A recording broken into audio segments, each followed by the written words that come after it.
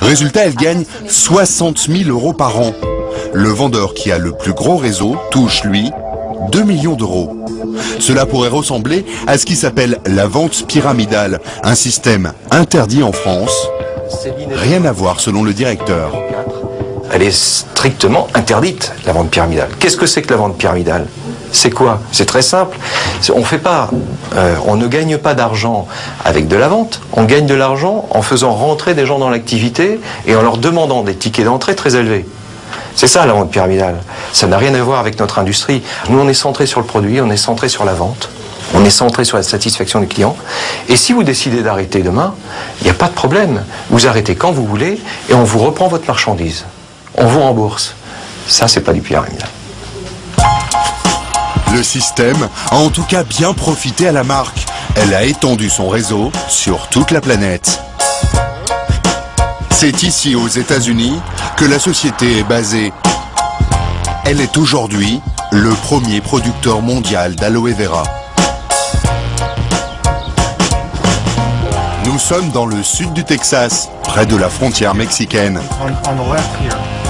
Chris Hardy supervise toute la production d'aloe vera de la société. Sa seule crainte, c'est qu'il gèle. Et dans le désert, c'est plutôt rare. Toute l'année, la récolte tourne à plein régime. Ici, la culture de l'aloe vera est une industrie. Elles sont belles les plantes là. Une plante robuste qui réclame peu d'eau et peu d'entretien. Bref, le jackpot pour tout exploitant agricole.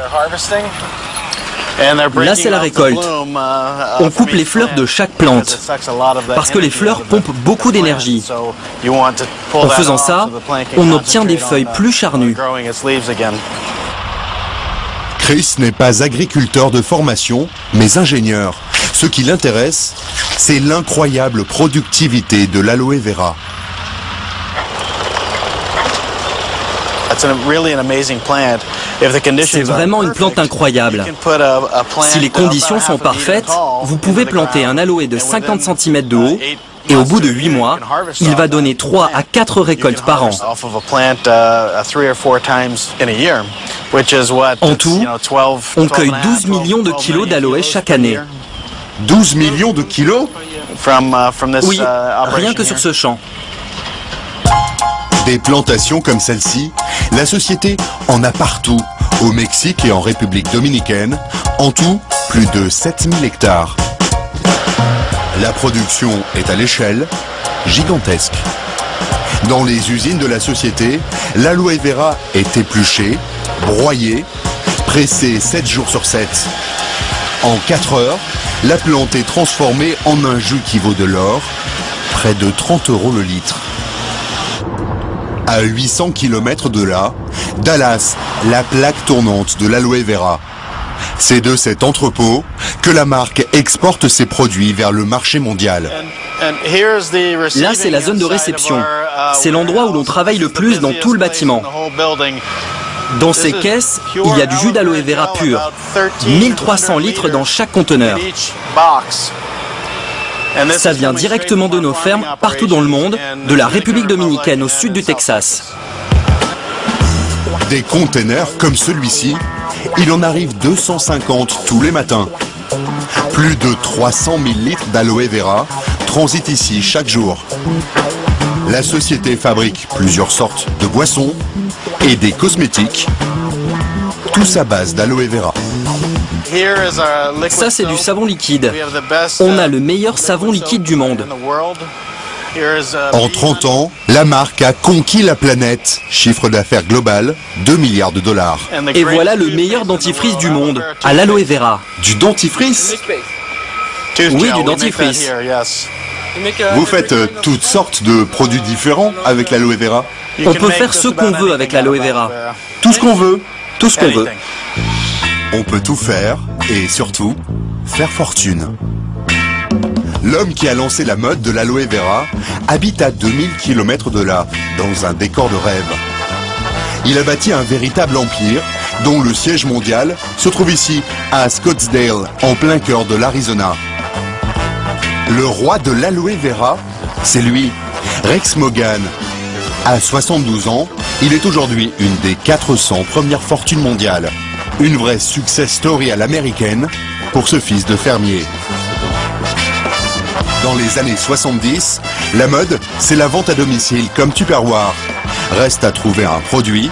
Son trait de génie sera cette plante au nom exotique, mais inconnue du grand public. En ce temps-là, quand on parlait d'aloe vera, les gens vous regardaient et disaient « Hein ?» Ils ne savaient pas du tout ce que c'était, alors que maintenant c'est un mot courant. J'ai compris que c'était un bon produit, mais je ne savais rien dessus. Tous les gens à qui j'en donnais un échantillon me disaient qu'ils se sentaient mieux, qu'ils n'avaient plus mal aux jambes, ou qu'ils se sentaient en meilleure forme. Donc vraiment, c'était le produit idéal. Et c'est comme ça que je me suis lancé. D'abord avec le jus d'aloe vera, à boire. Rex a senti le filon 40 ans avant les autres. Aujourd'hui, il a des filiales dans 140 pays et 10 millions de vendeurs à domicile pour écouler ses produits. Ces images tournées par la marque montrent les congrès géants qui réunissent chaque année les vendeurs du monde entier. Et en invité vedette, le premier d'entre eux, Rex. Ma philosophie dans la vie, c'est qu'il faut aider les gens à obtenir ce qu'ils veulent. S'ils veulent un petit revenu d'appoint, ou s'ils veulent une meilleure santé, grâce à moi, c'est possible. Et si les gens veulent devenir millionnaires, le meilleur moyen que je connaisse, c'est mon modèle marketing. C'est ce que font nos distributeurs partout à travers le monde. Lors de ces congrès, les meilleurs vendeurs sont récompensés.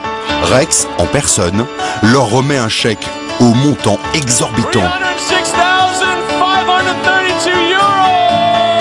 Une pluie de dollars au parfum d'aloe vera. Jusqu'à plus de 460 000 €.